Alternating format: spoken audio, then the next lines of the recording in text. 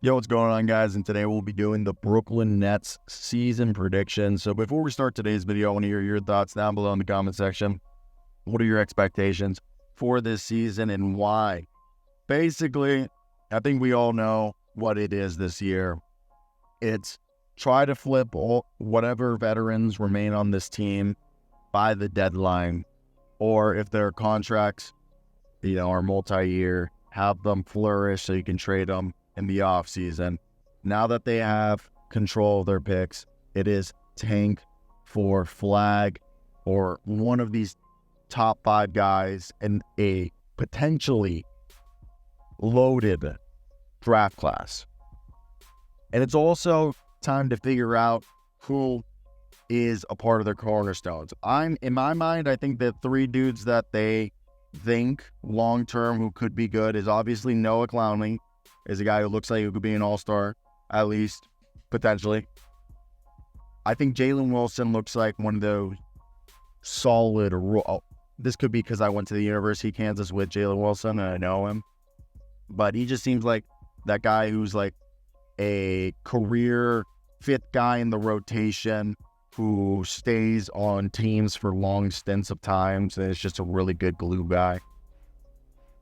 And I think those are 2 guys, from the outside looking in, I feel really good about. Now, what is their projected win totals?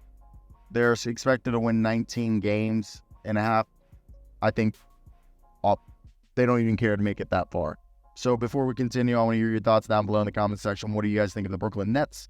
Like, comment, subscribe for more content like this, and go check out my work at USA Today Sports Hoopsite.com. Now, the last year, the Brooklyn Nets were a team that won 32 games. If they were to win 19 games, that would put them behind the Hornets last year, who won 21, but ahead of the Wizards and Pistons.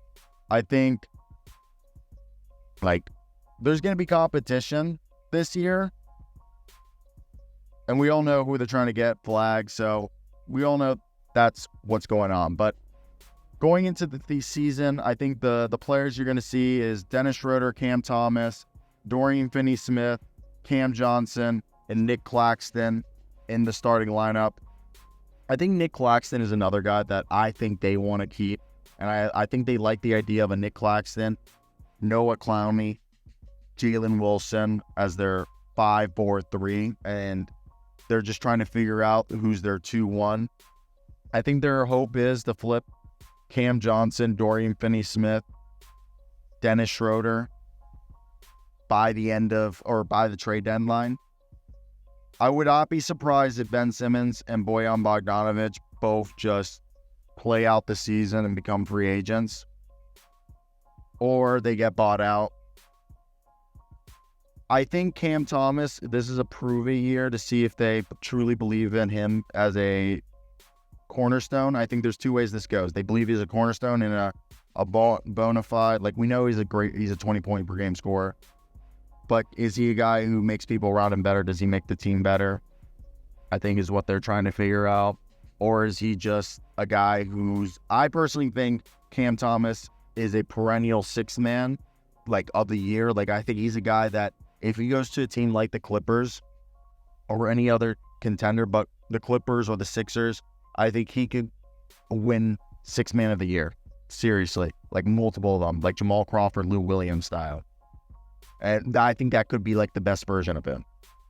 I think Dorian Finney-Smith will be gone by the deadline. They don't want to be just trading him for nothing. Dennis Schroeder's another guy that if he doesn't get traded, he either stays on the team till the end of the year and becomes a free agent or gets bought out. Cam Johnson, I think they're cool holding him past the deadline and trading him in the offseason, but I think they just want him to look good so somebody takes him off their hands.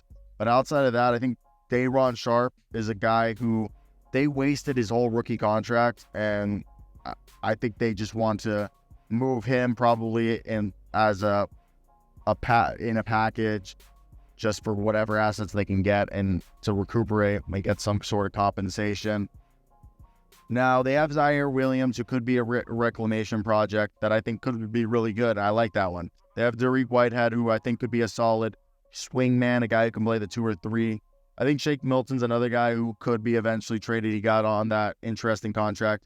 You have Killian Hayes, Amari Bailey, and Keon Johnson, and Tyrese Martin, all competing for two-way spots as Young G, Jackie Quay, Hugh, who I interview. Go check out my interview on this channel or at hoopside.com. Is the only two-way. I expect their two-way guys to be. Well, Killian Hayes is fighting for a roster spot, probably for Keon Johnson's.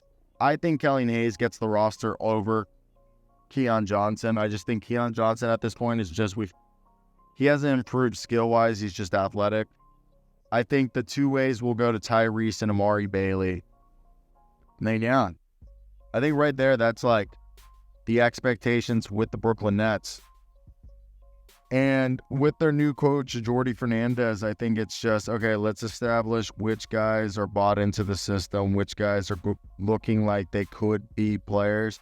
Because by the end of the season, you really could see Claxton, Clowney, Wilson, Whitehead, and either like a Killian Hayes or, I guess, Schroeder, point guard, and have Zaire Williams maybe even in the starting lineup, or Ben Simmons at point guard, just going ahead and understanding that